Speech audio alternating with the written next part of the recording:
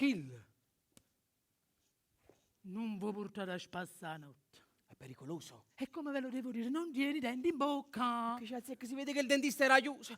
Mi stai imballando con tutte queste mezze frasi. Forza, esprimiti. Ca. Chiaro? Esprimiti. Posso faccio sotto la casa mia perché quando mi allontano, no? Per 3-4 ore. Ma falla roba tu, Giovanni, ma muoviti. Non mi guardate, guardate qua là però. Ma come non mi guardi? Guardate là, guardate l'uccellino, eh. Che stai facendo?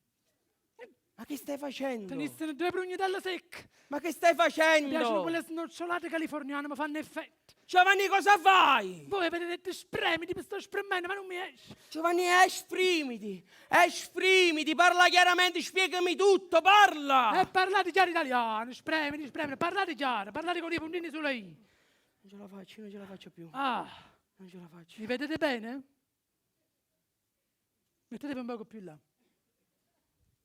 Allora.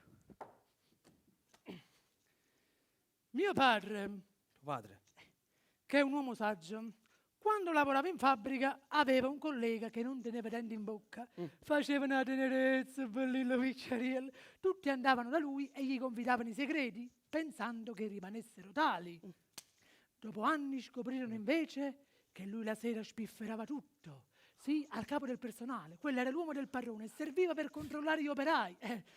Da quel giorno mio padre me lo dice sempre: Guaglio, state accorti che non tiene niente in bocca, perché senza una barriera che fermi le parole, che si vicinavi che vanno e ti fanno pigliare collera. Ma fammi piacere, sì. State accorti al cibo.